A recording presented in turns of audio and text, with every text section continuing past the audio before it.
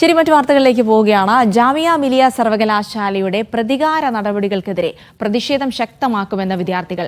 ഭരണഘടനാ അവകാശങ്ങൾ ലംഘിക്കുന്ന നടപടികളാണ് സർവകലാശാല നിരന്തരം സ്വീകരിക്കുന്നതെന്നും ക്യാമ്പസ് വിലക്ക് പിൻവലിക്കണമെന്നും വിദ്യാർത്ഥികൾ ആവശ്യപ്പെട്ടു.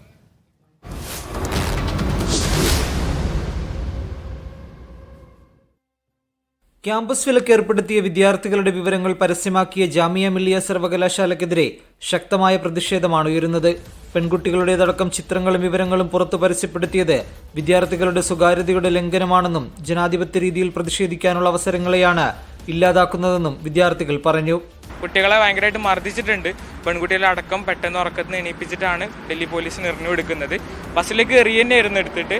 അങ്ങനെ അൺനോൺ ലൊക്കേഷനിലേക്കാണ് ഞങ്ങളെ കൊണ്ടുപോയത്. ये हमारे राइट टू प्राइवेसी को वायलेट कर रहे हैं और इसी के साथ ये समझ आ रहा है कि मैसेज बहुत क्लियर है. वो चाहते हैं कि हमें हैरास किया जाए, हमारे ऊपर वायलेंस हो और ये तक हो सकता है कि हमें लिंच कर दिया. പുതിയ VC വന്നതിന് ശേഷമാണ് ഇത്രയധികം നടപടികൾ ഉണ്ടായതെന്ന് വിദ്യാർത്ഥി സംഘടനകൾ ആരോപിച്ചു. CA സമരത്തിന് ശേഷമാണ് ഈ ഒരു തരത്തിലുള്ള കാർക്കശ്യത്തോടുള്ള ഒരു നിയമങ്ങൾ ഇംപ്ലിമെന്റ് ചെയ്യുന്നത്. പുതിയ VC വരുന്നതിന് ശേഷം ആണ് അത് ഒരു ഓർഗനൈസ്ഡ് ആയിട്ട് നടക്കുന്നത്.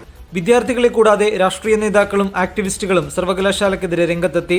സർവകലാശാലയുടേത് പ്രതികാര നടപടിയെന്ന് ഷബ്നം ഹാഷ്മിയും നടപടി അസ്വസ്ഥതയുണ്ടാക്കുന്നതെന്നും സർവകലാശാല പിന്മാറണമെന്നും മുൻ MP ഡാനിഷ് അലിയും എക്സിൽ കുറിച്ചു. വിദ്യാർത്ഥികൾ പരാതിയുമായി എത്തിയതോടെ വിവരങ്ങൾ സർവകലാശാല നീക്കം ചെയ്തു. മീഡിയ 1 ഡൽഹി.